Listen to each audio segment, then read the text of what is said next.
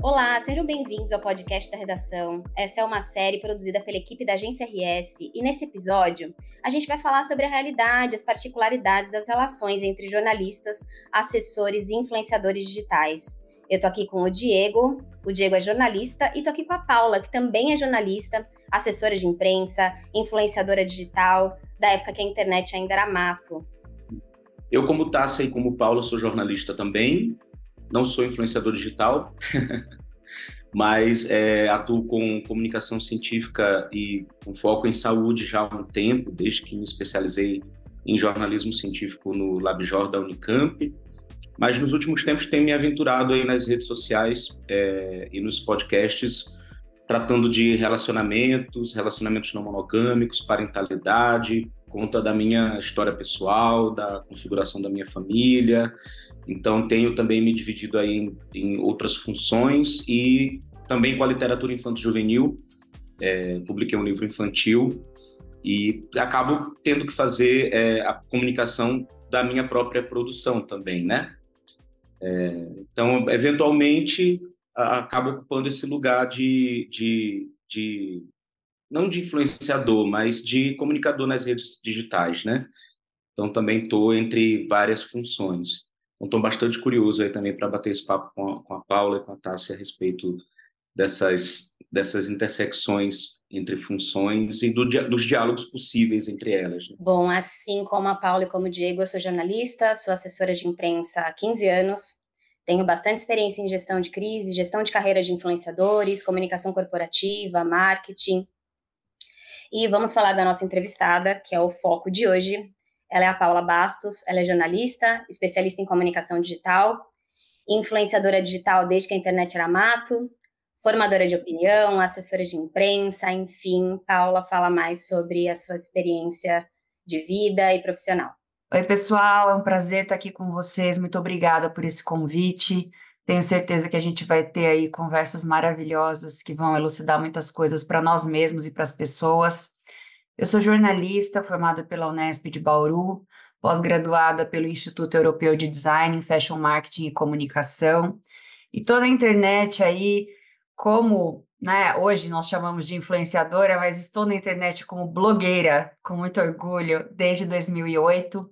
Iniciei minha jornada digital aí com o blog Grandes Mulheres. O Grandes Mulheres começou como a ideia dele veio para o meu TCC, né? E ele era um portal jornalístico para falar com mulheres. O que eu queria, na verdade, era fazer uma revista digital, né? Para mulheres que eram fora do padrão, porque nós éramos, e ainda somos, né? Mas naquela época era muito pior, completamente invisíveis para a mídia, né? Então, quando eu lancei o Grandes Mulheres, eu quis trazer para mulheres que eram fora do padrão, né, mulheres que nunca eram vistas pela mídia, informações, compartilhamentos de coisas que pudessem agregar para a vida delas, que pudessem ajudar a quebrar um pouco esses estereótipos, esses paradigmas de beleza, essas pressões sociais que a gente tanto sofre, né? E daí começou essa minha carreira e esse meu desdobramento para mexer com marketing digital, com a parte de comunicação na internet mesmo, né, que é o meu expertise maior. Eu sou estrategista digital, né, especialista em conteúdo para internet. Então, daí foi vindo esse desenrolar aí da minha carreira.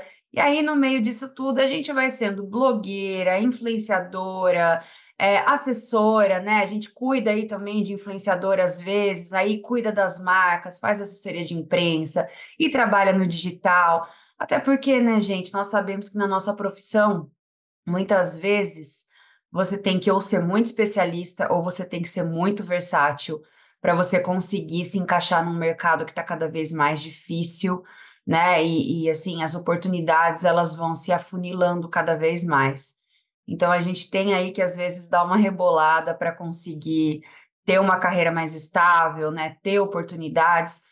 E eu acho legal também porque a gente acaba sendo um profissional multifacetado. Eu acho que é legal ser especialista, mas eu acho que às vezes você fazer um pouquinho de tudo te dá uma outra visão, sabe, de profissionalismo, de como você consegue lidar com certas situações. Então, por exemplo, se você tem que gerir uma crise, você consegue ter vários insights e você traz, né, várias experiências para você. Então, eu acho que é isso.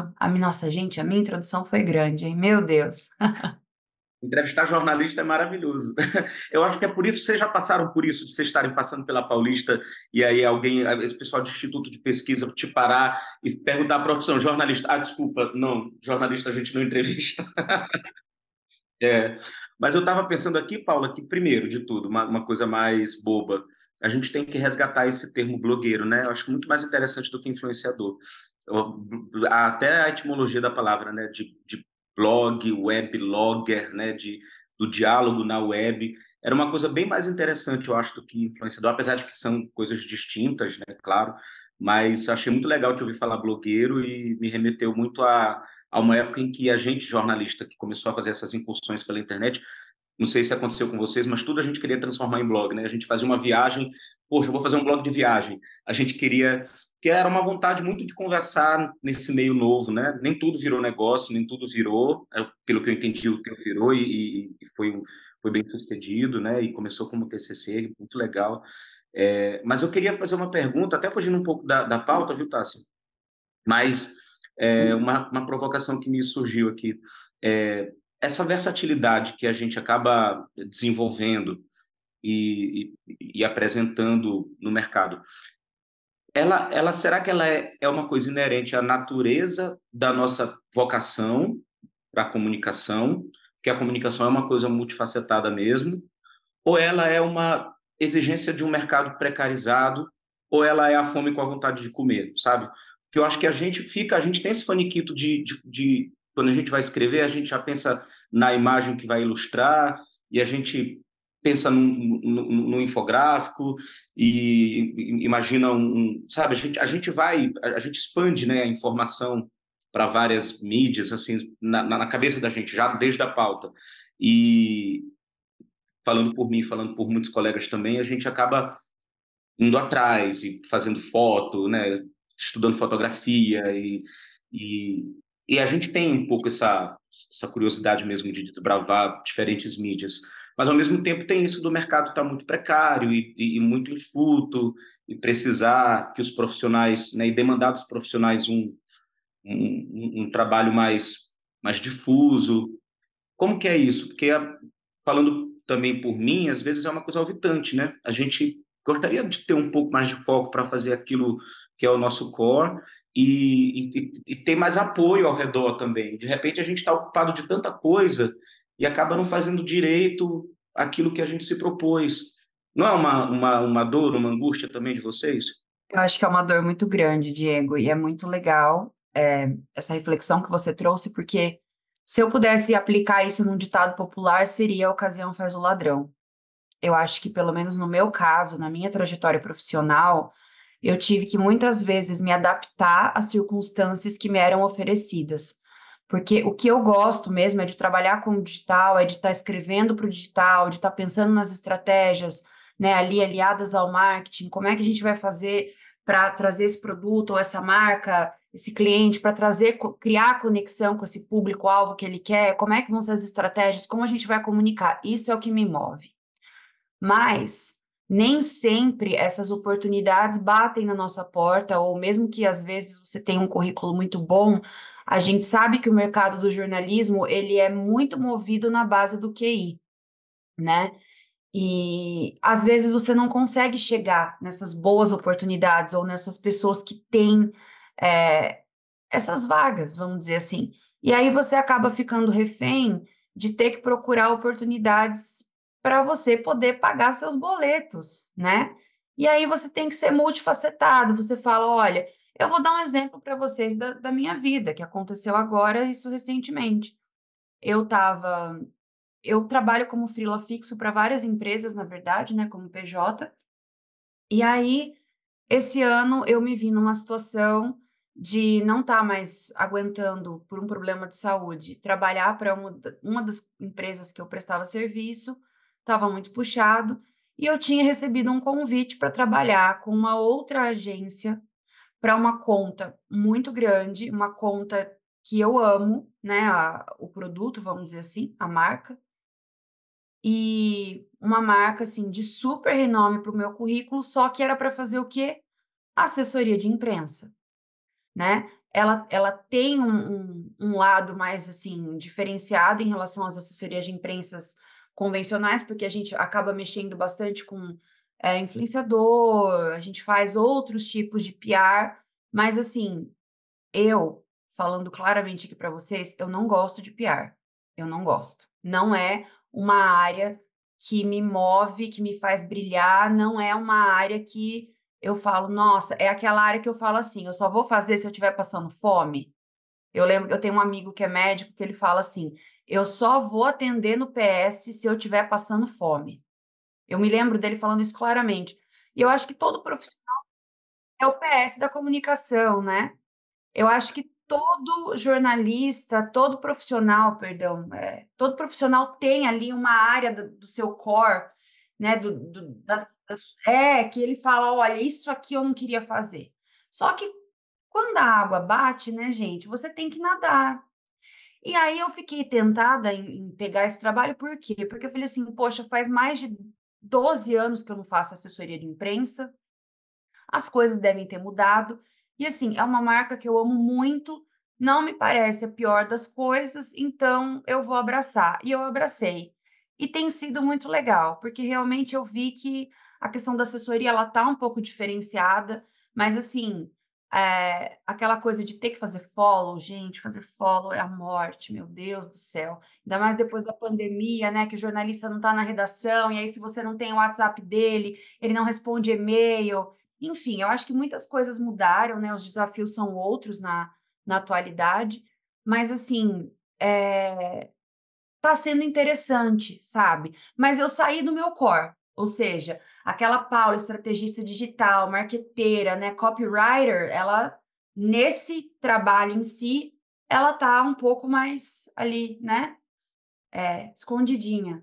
Então, eu acho que a gente acaba tendo que fazer, muitas vezes, coisas que você precisa abraçar, porque ou é aquilo, né. No caso, claro, eu tinha outras opções, eu estava com outros trabalhos, mas eu falei: "Poxa, esse nome para o meu currículo vai ser muito importante, e vai ser bom porque vai talvez me trazer novos ares", né. E aí eu abracei.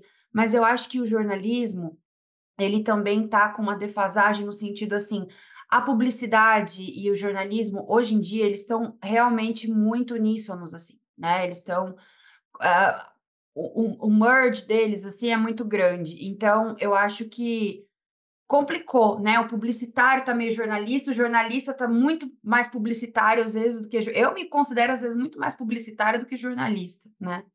Você acha que pelo fato de você ter sido, de você, enfim, ter a veia jornalística por formação, você já ter passado por agências em loco e, enfim, freela, como na área do digital e em diversas áreas, você acha que por ter essas vivências, você consegue hoje, na cadeira de assessora, entender e se relacionar muito melhor com o influenciador, com o jornalista, com outros assessores e outras marcas? Por que eu digo isso?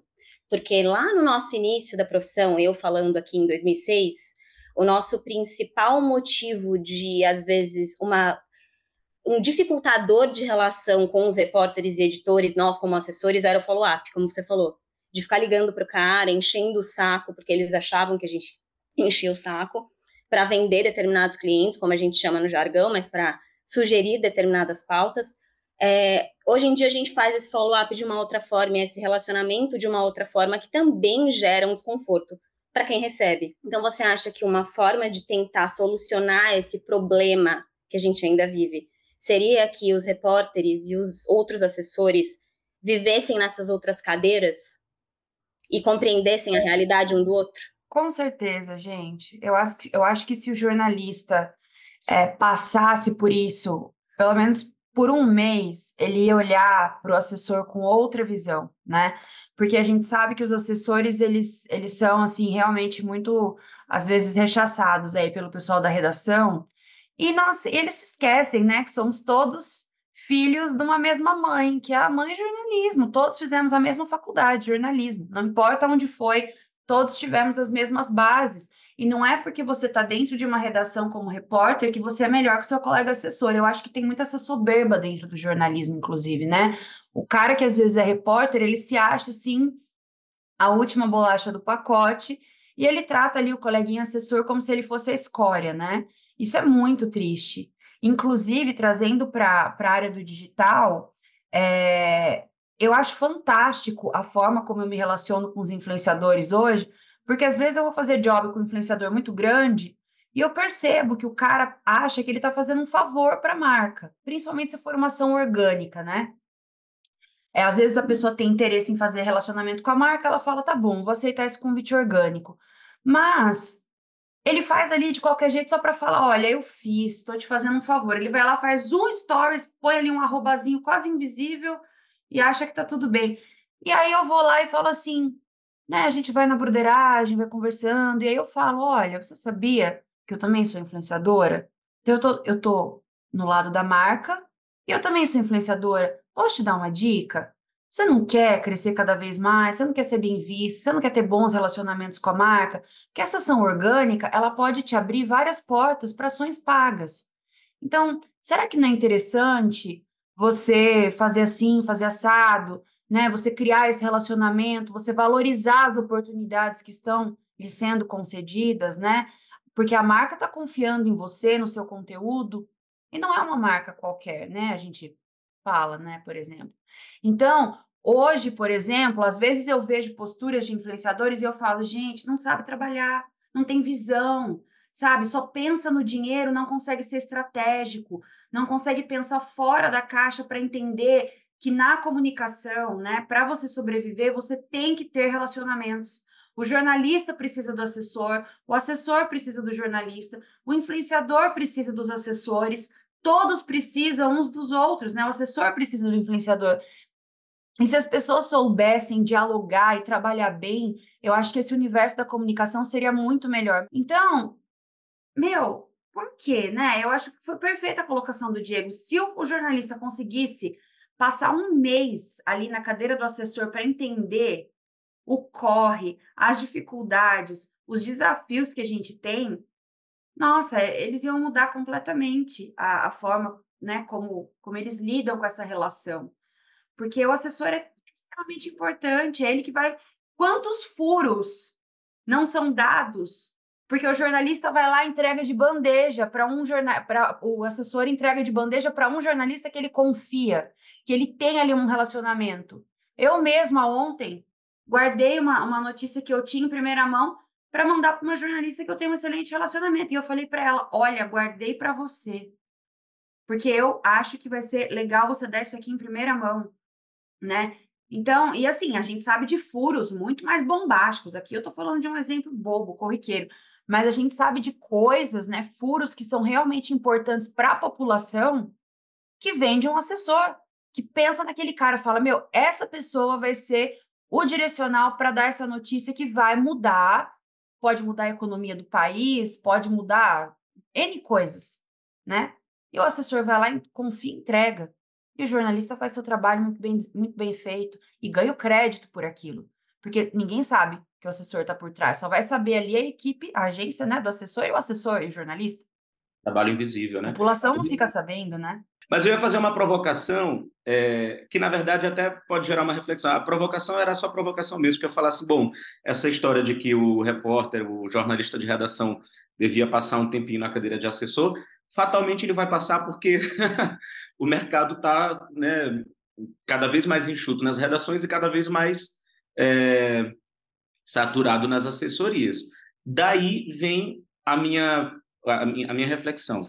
Fazendo um pouco o advogado do diabo, né, e o diabo sendo o jornalista da redação, será que esse movimento também não faz parte de uma essa dificuldade que há no diálogo entre assessorias e as redações, também não faz parte desse movimento de saturação das assessorias e desse enxugamento das redações? Então, a gente tem muitas assessorias, muitas vezes fazendo um trabalho de assessoria para marcas e serviços que talvez não necessitassem de um serviço de assessoria de imprensa, né? A gente tem uma infinidade de estratégias de comunicação A assessoria de imprensa é uma coisa importantíssima, mas nem sempre para tudo, né?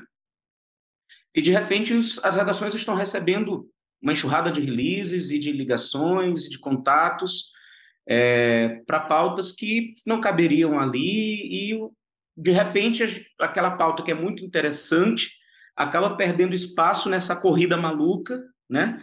Então, acho que será que não vale uma reflexão assim de como que o mercado pode, nessa infinidade de possibilidades de comunicação, disciplinar, né, os nossos queridos contratantes a escolher melhor os serviços de comunicação que vão ser contratados, né, e eventualmente não escolher a assessoria de imprensa, apostar no digital, apostar em outras estratégias. O que vocês acham? Eu achei perfeita a sua colocação, Diego. E aí eu ainda digo mais, né? Eu acho que vai muito do bom senso do cliente entender que às vezes aquilo ali não é notícia. Aquilo ali, o que eu quero dizer, né? Qualquer coisa que às vezes. Quantas vezes você, no papel de assessor, vira para o cliente e fala assim: olha, isso aqui não rende, nenhum jornalista vai dar. Não, mas eu quero. Eu quero que solte o release. E aí, claro, eu também super entendo o lado dos jornalistas. Eles vão recebendo muito lixo, muita notícia, muito e-mail ali que não é nada, não é pauta para nada, não vai desenrolar nada. E o cliente está ali cobrando release e cobrando follow e cobrando que o negócio saia na imprensa. E você, como assessor, fala assim: meu Deus, mas isso aqui não é nada, isso aqui me dá até vergonha de disparar, porque isso não é uma notícia.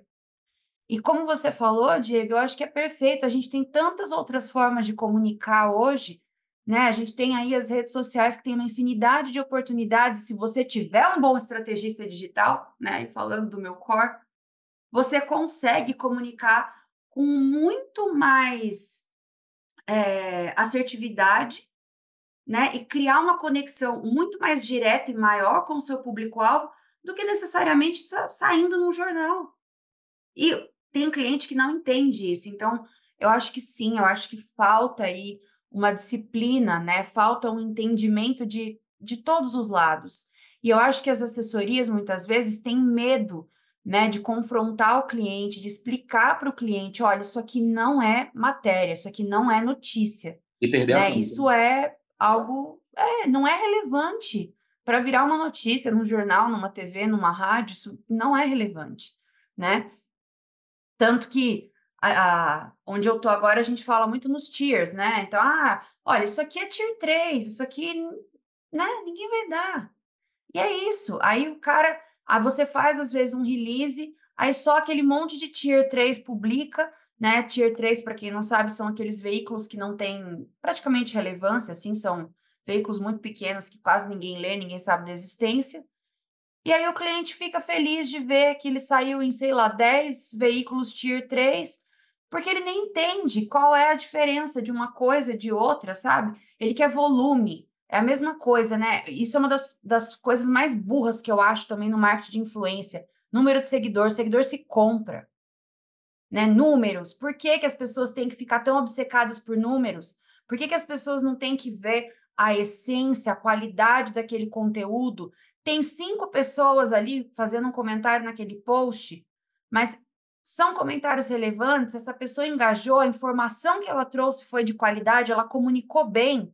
Isso vale mais do que ir lá num perfil que tem 100, 200, 300 mil e a pessoa está em grupo de comentário do Instagram, porque o engajamento está ruim, a pessoa tem seguidor comprado, aí vai lá, o engajamento dela é alto, aí só tem emoji, linda, maravilhosa, ai que tudo, amei, também quero. Gente, uma vez vocês sabem que eu desmascarei, né? Essa máfia dos comentários no Instagram. Conta, Gente, conta. vocês não têm noção. Eu achei que eu ia ser procurada e apedrejada. Nossa, muitos anos atrás, isso daí foi trash, aquelas assim, foi um dos selinhos de barraqueira da minha carreira, assim, tem vários, né? Meu passado me condena. Foi uma época que o Instagram, ele estava começando a mudar o operacional do algoritmo dele, e as pessoas começaram a ficar desesperadas porque viram, né, que o engajamento tinha mudado muito, que os posts não chegavam mais. Foi bem naquela época da mudança mesmo, quando ele começou a deixar de ser legal e começou a virar vilãozinho, né? E aí as pessoas começaram a ficar desesperadas e foram buscar alternativas, né? Viabilizar aí como que a gente pode recuperar o engajamento. alguém teve a brilhante ideia de vamos fazer um grupo no WhatsApp, e aí a gente põe lá o post e todo mundo tem que comentar um no post do outro. E aí os comentários eram sempre esses. Ai, linda, maravilhosa, também quero, amei, já vou comprar, tal, não sei o quê. Porque tinha publi envolvido no meio, né? Imagina, você não pode vender um publi que não tem engajamento, isso é uma vergonha para o influenciador, né? E aí você abria lá e tinha aquele monte de comentário que eu falo que é da máfia. Ou seja, aí a marca vai lá, acha que, nossa, olha, o post performou super bem, tá super engajado. E eram só as amigas comentando, ou seja, ninguém tinha lido aquela legenda, nem prestado atenção no conteúdo. Só que as pessoas tinham que comentar porque tinha um moderador que fazia planilha para controlar. Olha, fulano comentou no de ciclano, mas ciclano não comentou de fulano, tá fora do grupo. E aí perdia-se, né, era horrível. E aí um dia eu fui e fiz um expose disso quando ninguém falava nisso. E Gente, não vocês não têm converte noção. nada, né? Tem perfil de Instagram de influenciador grande, que até hoje eu estou bloqueada por causa dessa época. Tipo assim, já deve fazer uns 6 anos ou mais até que isso aconteceu, e até hoje eu tô no bloco, porque as pessoas ficaram desesperadas comigo e elas começaram a travar os perfis de verdade. Elas começaram a me bloquear porque elas estavam com medo de eu entrar no perfil delas e fazer expose. E eu não estava expondo ninguém, eu só estava expondo o sistema, né? O que era triste, porque na verdade, assim, é triste porque as pessoas compram seguidor por quê, gente? Porque elas ficam desesperadas, porque elas acham que elas só vão ter relevância se elas tiverem lá um número grande. E aí, né, isso dá um problema gigantesco, a gente sabe, porque aí cai o engajamento, tem ghosting, tem um monte de coisa que pode acontecer, você pode cair num ban, num shadow ban, enfim, tem muitas coisas que acontecem, mas assim, as pessoas fazem tudo pelo medo. Então, é o medo de não ser vista, é o medo de não engajar, é o medo de ficar de fora, né? Então, eu falo, meu, essas máfias, essas coisas, né? Essas estratégias, assim, que muitas vezes são burras, não tô falando para menosprezar, mas estou querendo dizer assim, elas são burras pelo desespero, né? Porque a gente às vezes se vê encurralado, porque você precisa dar resultado, você precisa ser, você precisa ter, Precisa né? E nesse aparecer, né? mundo digital é muito isso. Você precisa aparecer, você está literalmente vivendo de aparência, né? Seja você o que for, não importa. Ai, um médico, um dentista, sei lá, ele está vivendo de aparência, porque ele tem que mostrar o trabalho que ele faz, o paciente dele, o resultado dele, né? Nem sei como é que tá agora com os conselhos aí e tudo mais, mas assim, de alguma forma ele tem que mostrar, ele tem que comunicar, ele tem que se posicionar, porque quem não é visto não é lembrado. Então, eu acho muito triste, né? Hoje o pessoal fala, tem diploma de medicina e tem que ser influenciador digital, porque ninguém quer ir num médico que não conhece. E isso é para toda profissão, né? Então você vê que hoje está todo mundo ali. Então os médicos estão ali, os dentistas, os fisioterapeutas, os psicólogos, os nutricionistas, todo mundo está ali. Porque as pessoas precisam, olha, meu trabalho é esse. Olha o resultado que eu dou, olha o que eu faço pela vida das pessoas, né? Então a gente vive tempos difíceis assim, né? Mas olha, tem muitas coisas assim de esquemas de internet, da nossa profissão e coisas que a gente poderia ficar falando aqui até amanhã, né? Vamos chegando ao final. Eu vou fazer uma pergunta que eu não sei se a gente consegue responder, sendo jornalistas que nós somos, mas como você é entrevistada, Paula, o que você acha que a gente poderia fazer como jornalistas, como assessores e como influenciadores, que começaríamos a caminhar para a melhora ou para um cenário menos difícil de se trabalhar? Nossa, você foi bem. De novo, eu não sei se nós vamos conseguir Pausa responder. dramática, a flautinha do Pausa Titanic dramática. tocando de fundo, e daqui para frente é só para trás. Será que a gente se colocar um no lugar do outro na hora de começar qualquer ação? É o que eu ia dizer. Eu acho que quando a gente tenta se colocar no lugar do outro, a gente já consegue ampliar o nosso olhar e a gente consegue buscar alternativas, né, para encontrar uma solução que seja boa para todo mundo. Ontem, vou só contar uma coisa para vocês aqui, que eu acho que sai um pouco disso, mas tem tudo a ver com o que a gente está falando. Chegou em mim o caso de uma menina que tinha vindo de Recife para São Paulo para participar de um grande evento, e ela veio com a certeza que ela iria conseguir ser credenciada, porque nos outros anos ela tinha sido. E a menina comprou passagem de avião, reservou hotel, gastou um mega dinheiro e chegou para se credenciar no evento e não conseguiu a credencial. E a menina ficou devastada, porque é uma menina bem jovem, eu acredito que deve ter sido difícil para ela levantar esse dinheiro. É uma influenciadora digital ainda muito nova, né? Tá começando, ainda tem poucos seguidores e tudo mais. E a internet ficou com dó dessa menina, né? E começaram a passar o perfil dela para marcas que o pessoal tinha acesso aos assessores, né? Então começaram a rodar o caso dela. Olha, fulana, né, veio tal, nanã, e chegou em mim.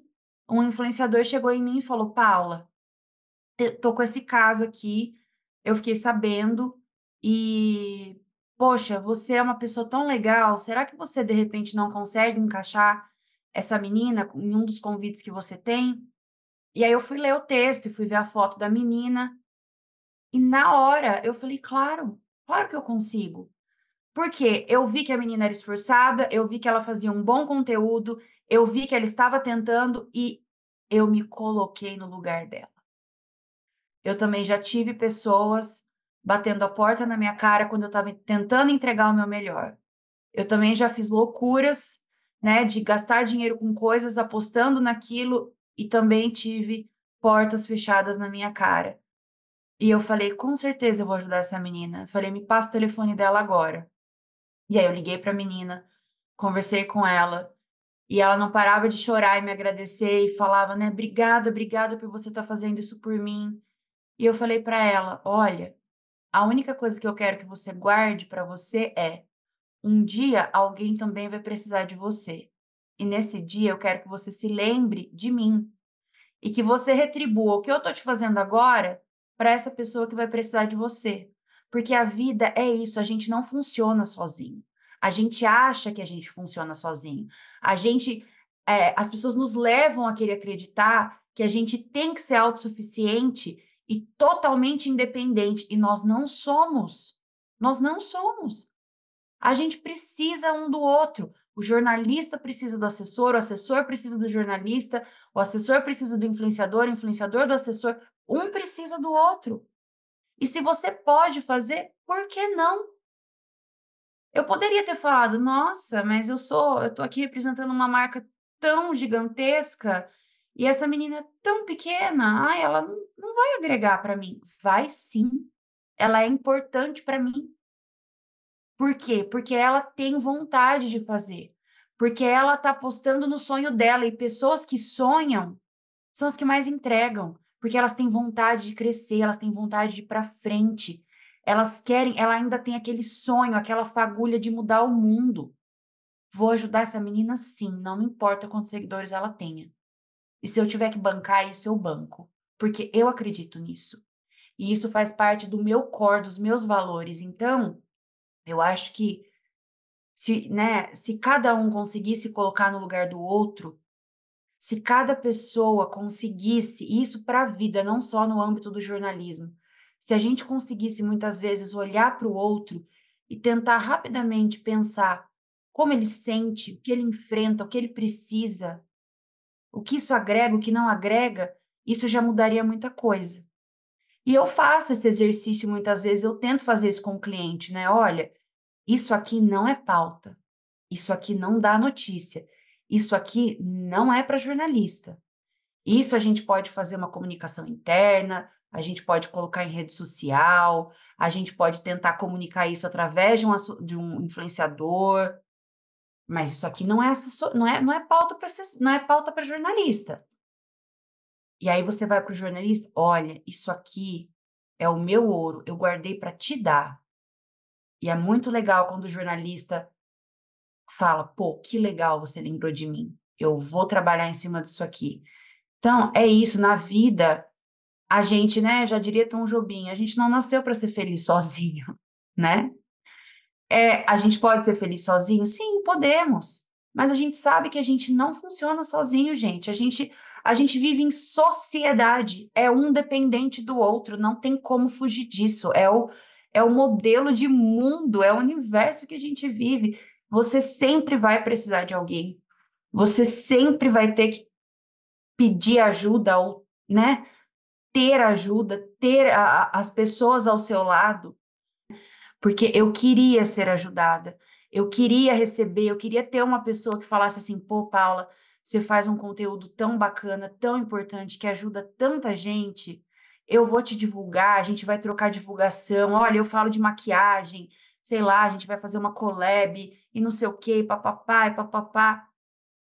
Isso teria me ajudado muito a crescer, mas ninguém abria a porta para mim, porque eu falava de um tema que as pessoas, né, fugiam, que era a mulher fora do padrão, era ser gorda, né? Ser gorda, uma coisa tão tenebrosa, né? Que a sociedade rechaça tanto. Meu Deus, que medo, que pavor, olha, ainda mais para a mulher, né? A gente sabe o peso que literalmente isso tem para a mulher. Naquela época, né? Naquela época, né? Hoje as coisas melhoraram muito e eu tenho muito orgulho de dizer que eu fui, né, uma das precursoras aí desse movimento, embora hoje ninguém nem lembre que eu existo, assim, nesse... É como eu falo, né, gente? Não tem como a gente explicar discursos. Se a pessoa não sabe interpretar uma vivência de vida, não sou eu sendo jornalista que vou ensinar isso para ninguém. Mas, enfim, eu acho que é isso, sabe? Um precisa do outro. E o mercado está muito saturado, está muito difícil. A gente sabe que realmente, assim, como o Diego falou, né? Tem muito jornalista de redação indo para as assessorias, indo para as agências, e aí eles vão ver, né, essas vivências diferentes. E, cara, a gente, sendo assessor, a gente sabe que a gente tem que ter um texto incrível, que a gente tem que ter também uma capacidade de apuração, sabe? Todas as características que aquele jornalista Um tem. discurso incrível, Exato. amarrado, conhecer o jornalista, conhecer o influenciador, né? A gente tem, e a gente ainda tem a missão de treinar porta-voz e não deixar que aquele porta-voz, né, dê nenhuma gafe, que ele fale. A gente tem que ser estratégico, porque imagina se você tá ali acompanhando um porta-voz, de repente, quantas entrevistas eu já não acompanhei que eu vi o cara começando a entrar em assunto que ele não podia, e a gente ali, com a plaquinha ou ali na câmera, ou presencial, né? Porque ainda tudo era presencial, tipo, a gente não sabe o dia de amanhã. Minha mãe sempre fala: o mundo dá voltas, a gente tem que ser político com as pessoas, porque a gente nunca sabe o dia que a gente vai precisar delas. E isso é muito verdade, isso é uma coisa que eu aprendi muito na minha carreira. Porque quantas vezes eu já rodei, rodei, rodei e voltei a esbarrar em pessoas que já me ajudaram, que me abriram portas, e às vezes uma década depois fui bater na porta daquela pessoa. Claro, Paula, seja bem-vinda. Você é uma excelente profissional, tem um lugar para você sim. Então é isso, sabe? Eu acho que para tudo na vida a gente tem que pensar que a gente depende um do outro. É mais fácil e mais saudável sermos todos amigos, né? Essa é a grande verdade. Eu acho que essa entrevista está sendo viabilizada por uma amizade. Muitos dos nossos trabalhos são viabilizados das nossas relações, das nossas permanências nos locais com os quais a gente trabalha, acontecem por amizade, por grandes amores e grandes pessoas. Sim. Então, quem quiser conhecer mais a Paula, fala suas redes sociais. Para quem quiser me acompanhar no Instagram, é @parispaula, que era meu apelido de jornalista na Unesp, inclusive, porque muita gente pergunta, mas por que Paris Paula, né? Porque era Paris, gente, da Paris Hilton. Que eu sempre amei moda, sempre trabalhei muito com o mercado de moda, e eles me achavam muito patricinha para a Unesp. E eu nunca fui patricinha, mas quando eles me conheceram, eles acharam que eu era meio patricinha, sabe? E aí me colocaram o apelido de Paris por causa da Paris Hilton. Então, meu Instagram é Paris Paula e o blog é www.grandesmulheres.com.br. Gente, queria agradecer de novo a Paula também pela participação. Foi muito legal ter participado dessas reflexões contigo, Paula, com Tássia também. Acho que a gente fez aqui, realizou aqui o que a gente deseja para o mercado e para as relações, né? Que nós, comunicadores, nos comuniquemos, né? e que a gente exerça entre nós aquilo que a gente propõe para o mercado mesmo. A gente construa uma comunicação honesta, eficiente, produtiva, e eu sou otimista, eu tenho fé, eu acho que o mercado está se transformando, a gente vai se transformando também. Então, achei que esse papo é uma boa bússola aí para essas transformações. Obrigadíssimo mesmo, foi muito legal.